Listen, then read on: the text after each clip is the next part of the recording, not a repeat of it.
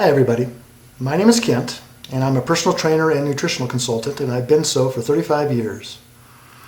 Out of the past 20 of those years, I've been 100% meat-free, animal-free, vegan diet and advocate of a vegan lifestyle.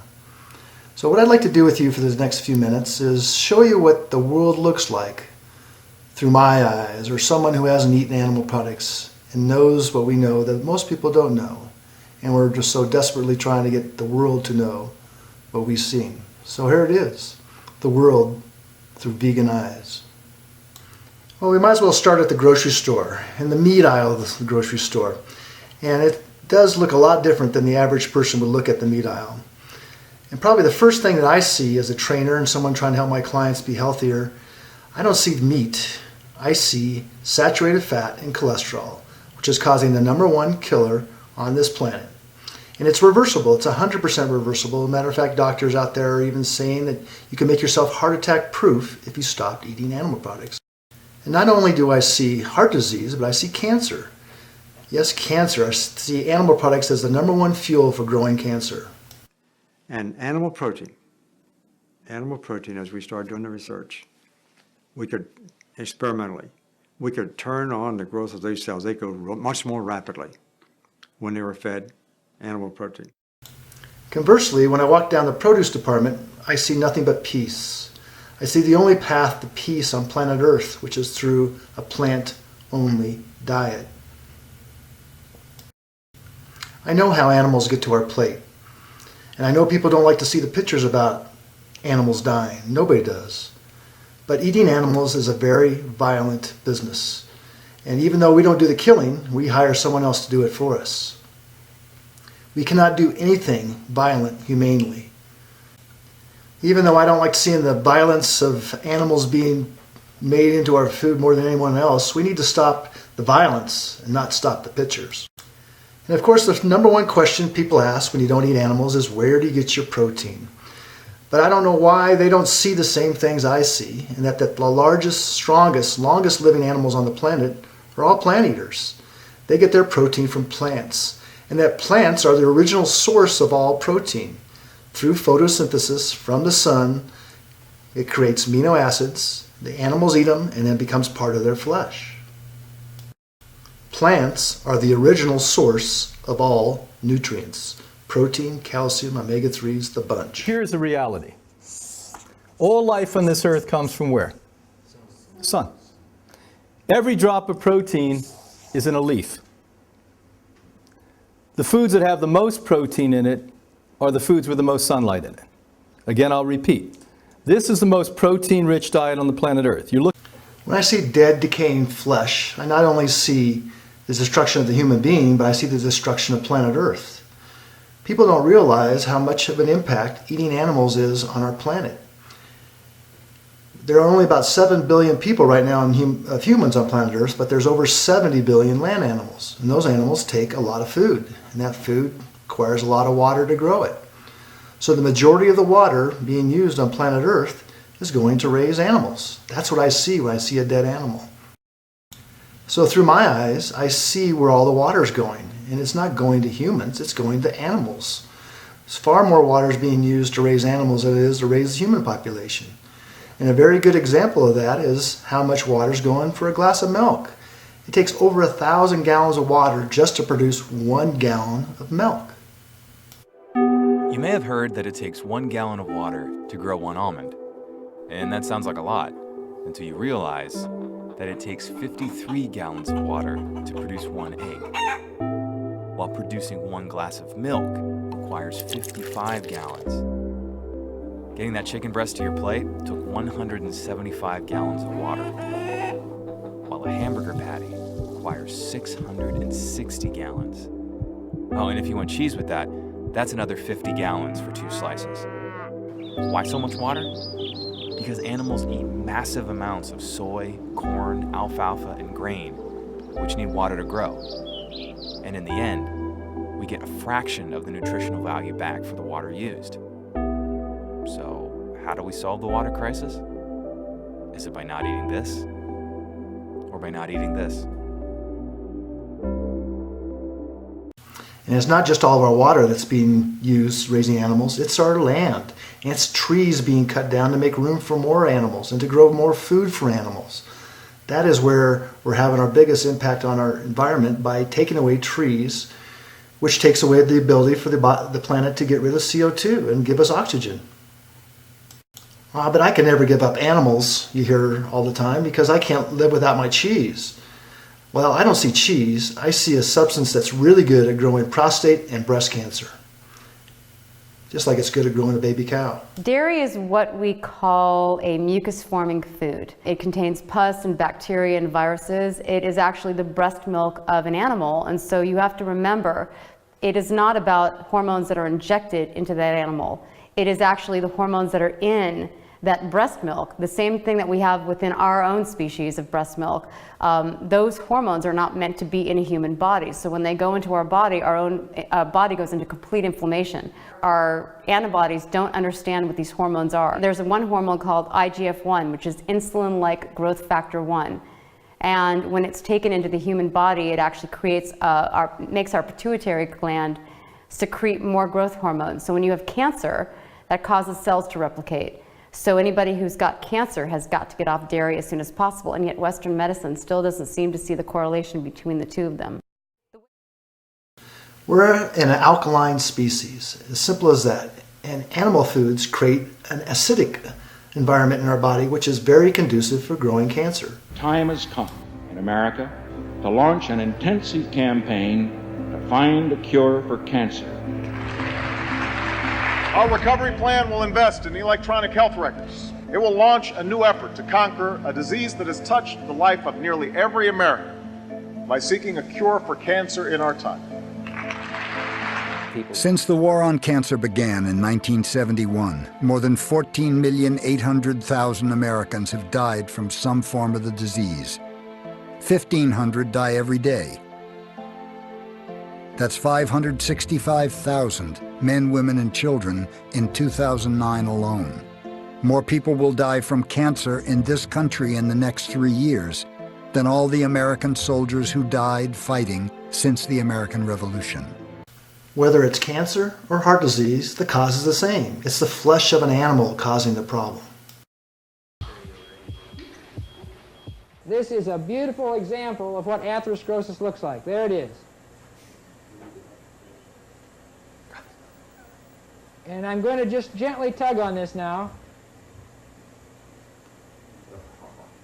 I love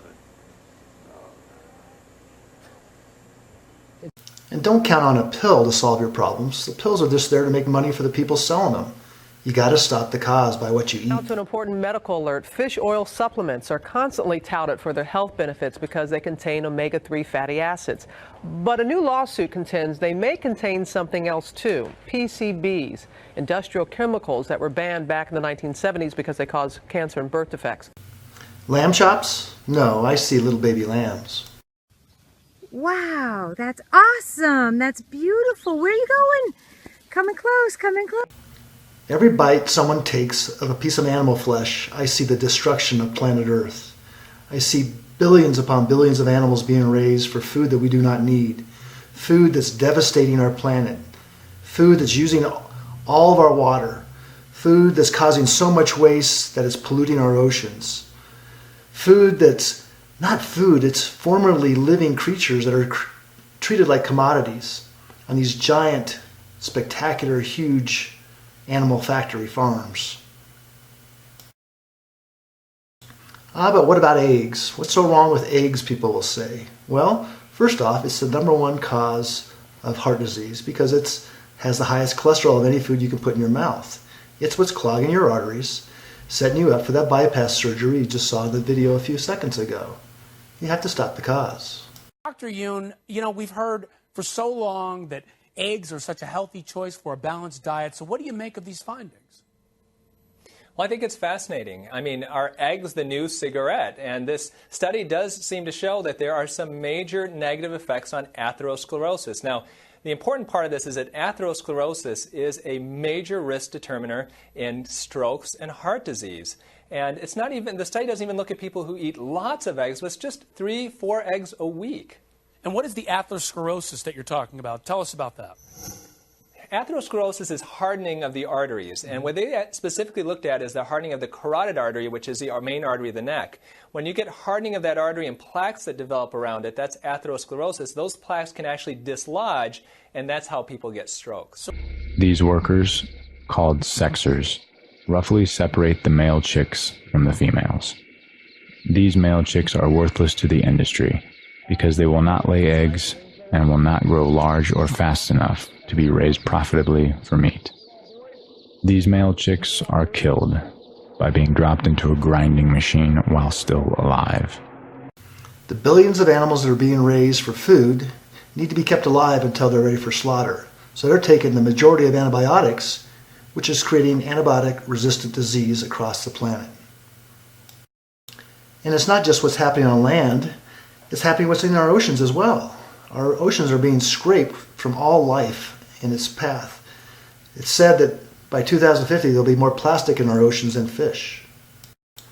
I see our country rounding up other animals like horses to make room for more cattle to graze.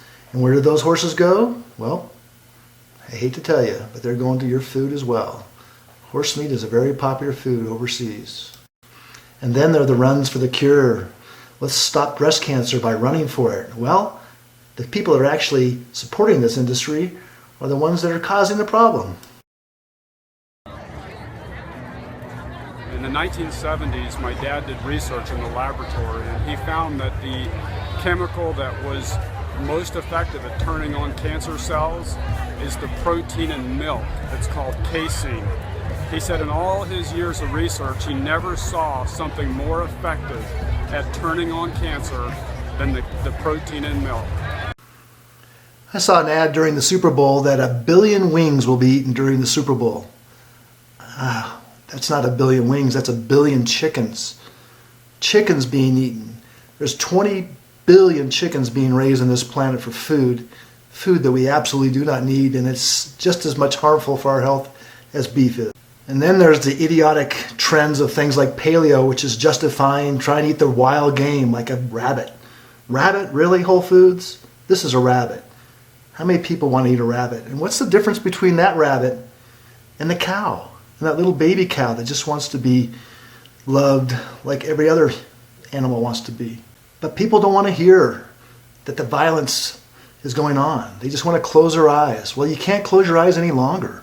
My eyes are open, and I want your eyes to be open too. Violence is the problem. It's not the solution. I see death. I see destruction every time I see somebody eat a hamburger or a piece of steak or a piece of chicken. I see an animal that just wants to be loved, just like your dog, your cat, your kids. I see my tax money going down the throat of an animal too, because our government subsidizes the meat and dairy industry more than any other agriculture industry, trying to keep the price down. And those animals are creating billions upon billions of gallons of waste that are pouring into our rivers and streams, causing the water problem to be even worse.